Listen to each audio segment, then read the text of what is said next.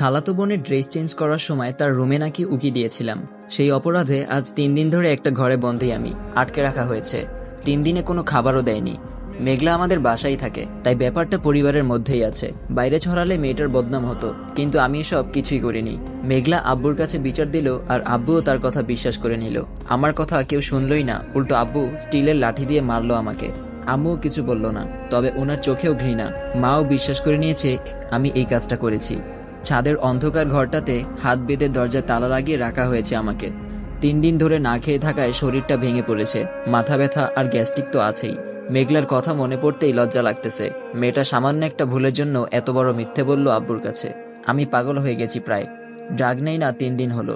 আপনারা ভাবছেন আমার আব্বু আম্মুই বা কেমন? তারা এরকম ছিলেন না, কিন্তু তারাও বাধ্য হয়েছেন এমন হতে। 2 বছর আগে ইন্টার পরীক্ষায় ফেল করার পর থেকে তারা এমন হয়ে গেছেন।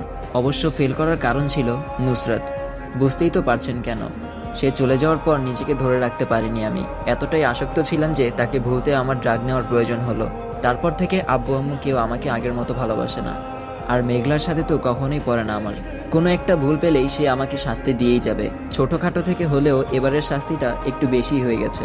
আব্বু যখন আমাকে মারছিল তখনই তার দিকে তাকাইছিলাম। তার মুখে স্পষ্ট হাসি দেখতে পেয়ে আমি আর তাকাইনি। চোখ নামিয়ে নিয়ে মার সহ্য করছি। প্রত্যেকটা আঘাত চোখ থেকে রক্ত কান্না বের করে এনেছে। বারবার বলেও কাজ হয়নি আমি মাদকাসক্ত, করতেও পারি। আর মেঘলা ভুল বলবে না, এটা তাদের ধারণা নয়, বিশ্বাস। যেই সময়টায় আমার পরিবার সাপোর্ট দরকার সেই সময় তারা আমাকে বন্ধ রুমে আটকে রেখেছে।